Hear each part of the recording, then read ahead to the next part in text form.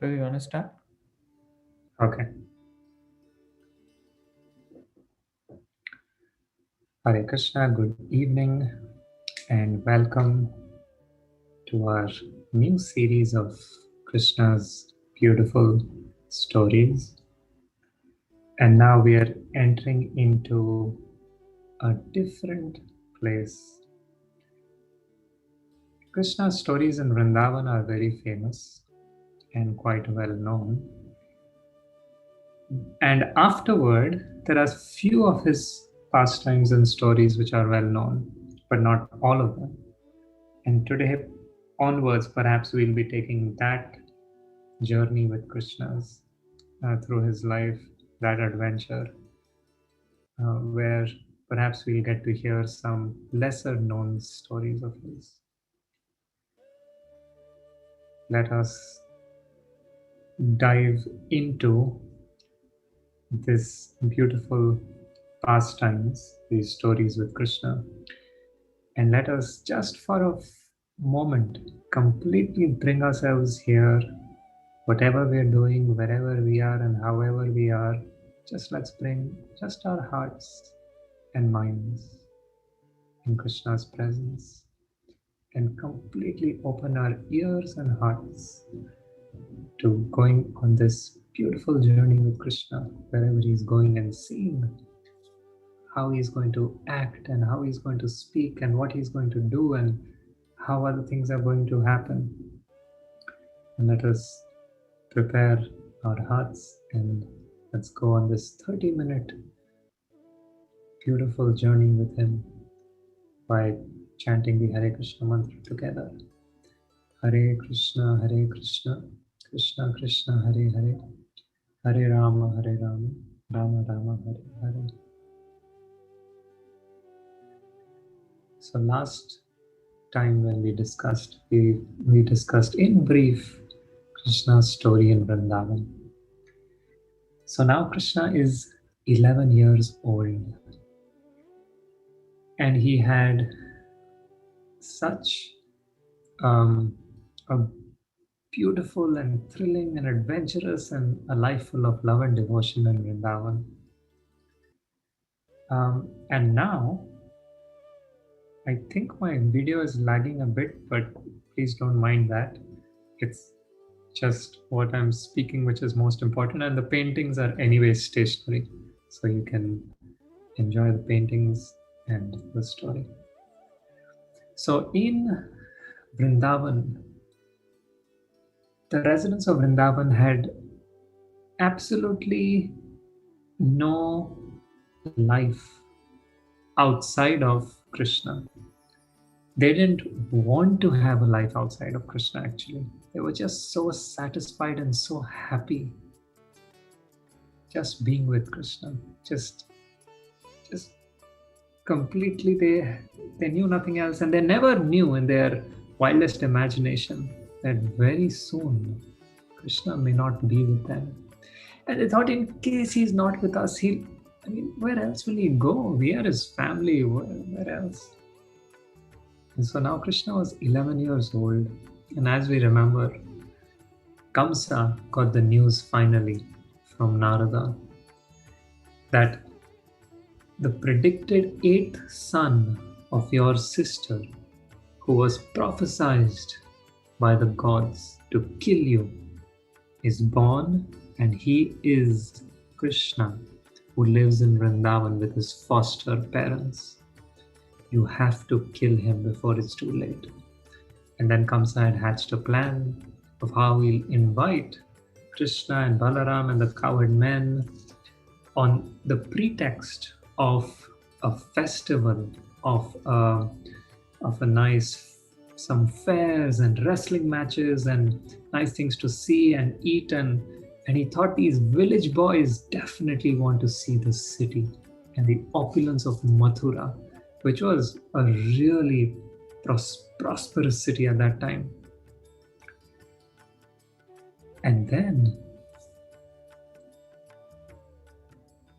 he thought, how will I be able to bring Krishna here without causing too much suspicion without anybody else thinking. And in his heart, it was only one purpose: to kill him. And so he hatched this beautiful plan of sending Akrura.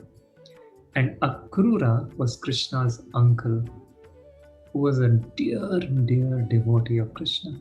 And he had never met Krishna before.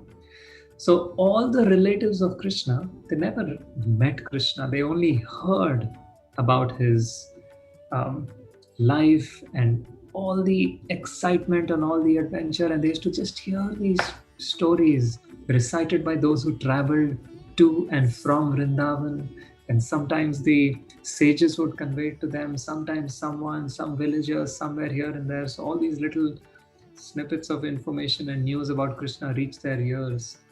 And in their hearts and minds, they had just formed an image, a beautiful mental image of Krishna and how he must be like and what he will do and how he will, if we ever, and we hope we do get to meet him, how we will interact with him and what we'll do. And but then they never knew it's going to ever happen. But here, Akrura, the uncle of Krishna, had this amazing opportunity. Although it was so conflicting, he was going to meet Krishna, his dear nephew who he had been waiting to meet. At the same time, he was going to meet him for what? To invite him to a death match, to invite him into a murder plot. And although he was conflicted at heart, he knew that no, it's all right. It's Krishna knows my heart, and I'm going to be. I'm just going to be conveying my love and my devotion to Krishna, and that's all. And he will understand. He will definitely. He won't mistake me. He won't. He knows what's in my heart, and with that intention, he sets off for Vrindavan. Sorry, just give me one moment. I'm having a little technical trouble here. I'm just going to try to share these paintings with you once again. If it doesn't work one last time, then we will let it be.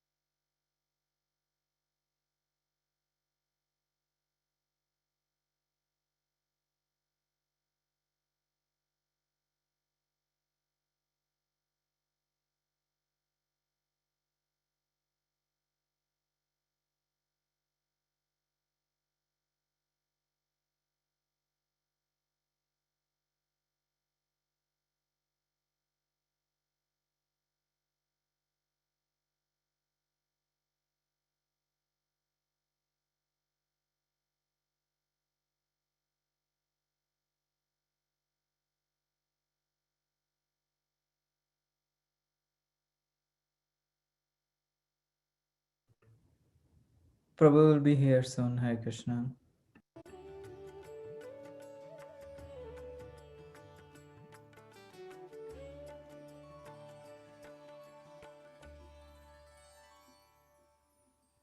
Hare Krishna.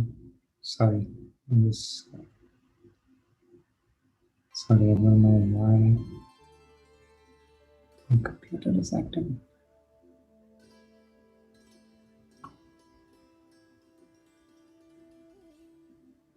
Question for, is it visible now? Am I and the slideshow and music coming through? Yes. Okay. Okay, I won't take further time.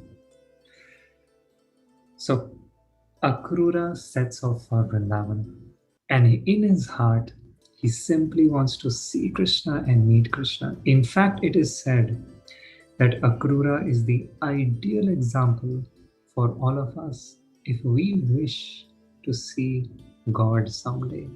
If we want to meet this divine personality, this sweet little coward boy Krishna, how should we go about doing that? How should we think, and how should we behave, and how should we create a sense of eagerness when we meet anybody in this world, in this little earth planet of ours? When we want to meet someone, we prepare, we wear the best clothes, and we think about it for days ahead of time, and we feel so fortunate. Oh, I'm going to meet so and so big person, or this person is going to sit next to me. Or imagine if we are going to meet the Supreme Personality of Godhead, the source of everything. I can't even really imagine what that would be like.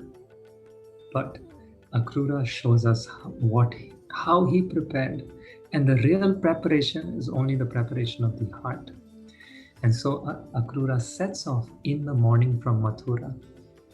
Now, for those of you who have been from Mathura to Vrindavan, it's only about 2 hours of a journey. And he was on horse, chariot, perhaps 3 hours at most. But Akrura set off in the morning, and he reached way into the evening, almost when it was already dusk. And the reason was because his heart and mind was so absorbed in thinking about Krishna, in just visualizing and trying to imagine all these beautiful scenarios, like out of the excitement of his heart, out of his devotion. What will it be like? He started thinking that Krishna and Balaram, I'm going to meet Krishna and Balaram, and then when I see them, I think they'll be grazing the cows. No. I think, I've heard that they like playing in the mud. No, but I've also heard that, they used to go and steal butter. Will I get to see that? Maybe they'll ask me to come along. Oh, what am I thinking? I'm an old man. They're not going to ask me to come. But they said that they're so sweet and loving, and anybody Krishna and Balaram meet, they immediately feel like they're their bestest friends, their closest, most intimate, dearmost friend. What and what will Krishna call me? Will Krishna say, Uncle Akrura? Will he say, Uncle? Will he? And tears of love and joy started flowing down Akrura's face. He could barely see where he was going. He was losing his way and coming back and thinking of, and for a few moments he would be like, okay, I'm still on the chariot, I'm going to Vrindavan. And again he would be lost in imagining and trying to think and trying to really completely already go ahead of himself and be there.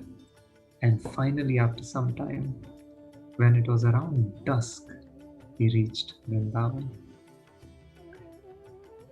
And when he reached Vrindavan, he saw a beautiful, beautiful scene. And he saw Krishna and Balaram. Sorry, one moment, I'm trying to change my painting here so you can see. Okay. Is it visible? Karshan, are the painting visible or no? It's cutting out? No, Prabhu, it's visible. Okay. And so here, it was so beautiful. Exactly as he had imagined in his heart, he saw Krishna and Balaram playing in the forest. And because it was dusk, they were just returning back to Vrindavan, and they looked so beautiful. They had little beads of sweat on their beautiful foreheads, which had become a little, because of the mud, they almost looked like beautiful pearls on their foreheads. And their clothes were so beautiful and filled with dust. And just like when young boys are rowdy and fighting with each other and doing all kinds of things, how they look a little scruffy and they look little mud patches here and there and little scratch marks here and there. And he saw Krishna and Balaram in that beautiful, beautiful way. And all the cowherd boys and all the cows and the calves could not take their eyes off Krishna and Balaram. And Akrura thought, exactly as I had pictured in my heart and mind, is what I'm seeing in front of me. And that's true. If we really hear about Krishna, if we hear about how he is and we picture him within our hearts, when we see him one day, we'll think, oh, that's exactly how I thought of him. That's exactly how beautiful. And he's, in fact, he's millions of times more beautiful, but it's so exactly like what I thought. And then Krishna and Balaram, while they were talking to their cowherd boys, and now Akrura, he gets off the chariot and he sees the footprints of Krishna in the ground. And he starts just looking at these footprints, and he's so enchanted just by the footprint of Krishna, which had so many marks. Krishna's footprints had different marks because they were divine, transcendental footprints. And then Akrura, he looked at Krishna longingly. He didn't know what to do. Just imagine, Akrura was the minister for one of the most powerful kings on the planet, Kamsa. He was not an ordinary man. He was just not another old uncle coming to pick up his nephew.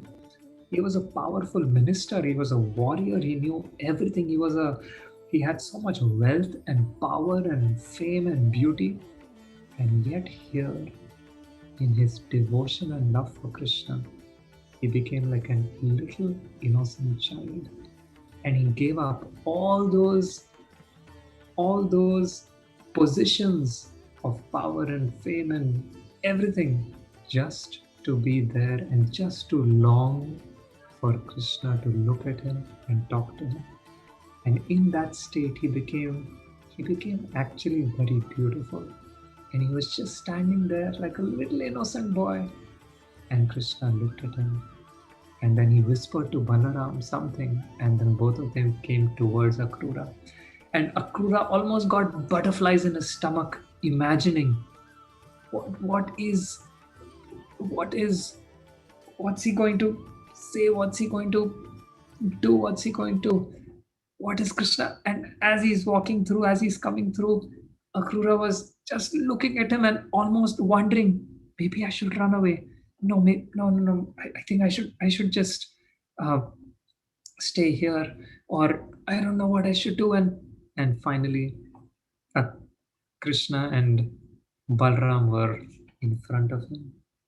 And with the most loving voice, Krishna said, Uncle Akrura. And when Akrura heard those words, tears poured from his eyes and he fell to his knees and he began to sob in joy, in love. He didn't want to go anywhere else in the world. He wanted to remain there and simply keep hearing Krishna say, Uncle Akrura. And he couldn't move, he couldn't speak, he couldn't think. He was his throat was choked up with love. And Krishna smiled again. And then Krishna put his little hand into this great, powerful minister's hand and he pulled him up.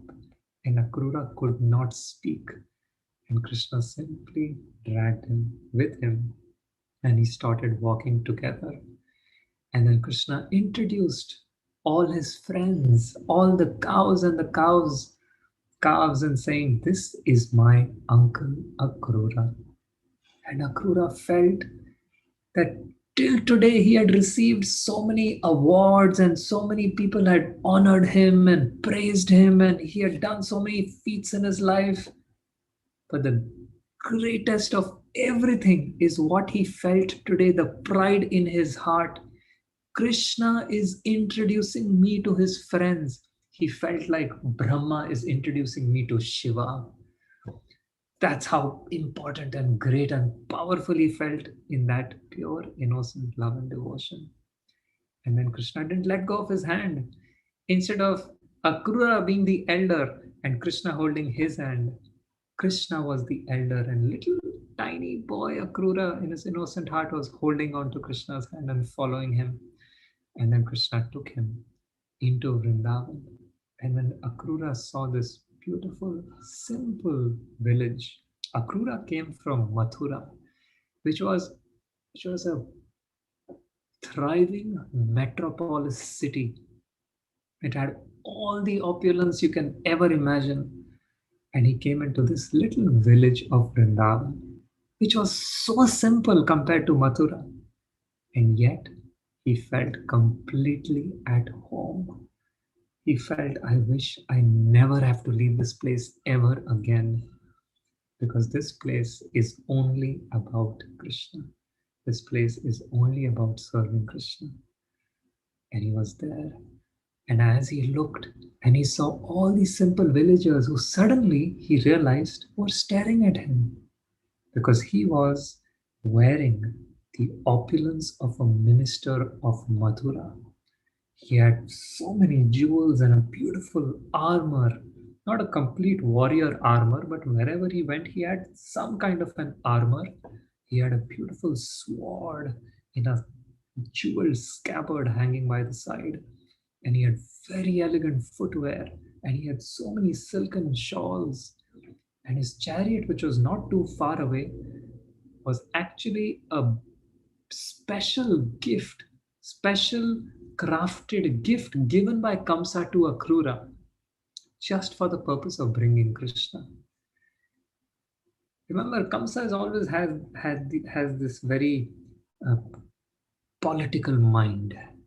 And Kamsa was thinking, there is no way I want these boys to say, no, we will not come to the city. And therefore, he had specifically built a chariot which was so attractive that just to sit in that chariot, the boys would come to the city.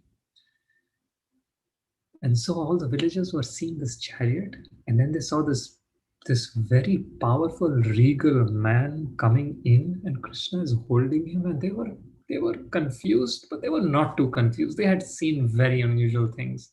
They weren't too surprised when Krishna was around and doing something, and yet they were, in one sense. This little innocent Krishna of ours does he even know who this beautiful person is, and he's just pulling him around like he's his little puppy following him around.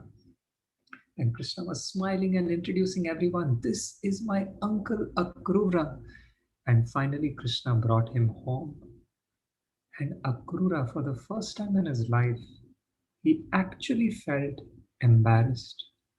He felt, I have everything more than any of these people, and especially much more than Yashoda and Nanda. And therefore, I am embarrassed because my heart is empty compared to theirs. I have so much and I have nothing. I have no love for Krishna. And I almost don't want to go in, because how can I go in? How can I enter this beautiful home, which is a home only made for love and service to Krishna? And I have all my so many attachments and this and that, and how can I give my heart to Krishna like they have given? And with that humble state of heart, with that utmost respect for Nanda and Yashoda, he entered the home. And Nanda Baba invited him in and immediately embraced him, gave him a tight hug. And please note, Akrura has not yet spoken a word. He can't speak. He's absolutely spellbound by the beauty of Vrindavan, and his heart is pierced by the love of the residents of Vrindavan. And he entered Nanda Baba's home, and he bowed in respect to Yashoda, who immediately, with all her friends and sakhis, had arranged a huge feast. And all the boys were there and all the girls were there because everyone was wondering, who is this? All Krishna keeps saying is Uncle Akrura, but this is someone very special. And somewhere deep down in their hearts, they had a little growing anxiety. Something is not right, they felt. Something is not right. What's going on here? That's okay, he's come and he's a really good person, but we just feel something's not right. And that little anxiety kept growing. And we will see next time what happens when Akrura finally speaks. And nobody has any clue of what's going to happen next there. Nobody. The residents of Vrindavan simply knew Krishna and nothing else, and they were convinced Krishna is going to be here with us for the rest of our lives. That's what we live for, and that's what he lives for too. And what was going to happen is something we will see next time. We will see the pain of love and the happiness of separation. Thank you all for joining. Thank you for being patient with the technical difficulties. I will get it better next time. I had a very beautiful music background and all these beautiful paintings to show you as I was speaking, but I don't know, for some reason today it just didn't work out. On Wednesday, I hope to have my technicalities in place, and I will see you then. Thank you very much. Thank you for joining. Have a wonderful night. Hare Krishna. Hare Krishna, Prabhu. Thank you. Thank you so much. Hare Krishna.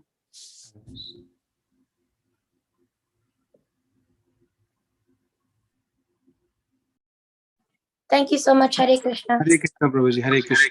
Hare Krishna. Hare Krishna. Hare Krishna. Hare Krishna. Hare Krishna. Hare Krishna. Hare Krishna, Prabhu. Hare Krishna. 2 weeks after their final dose.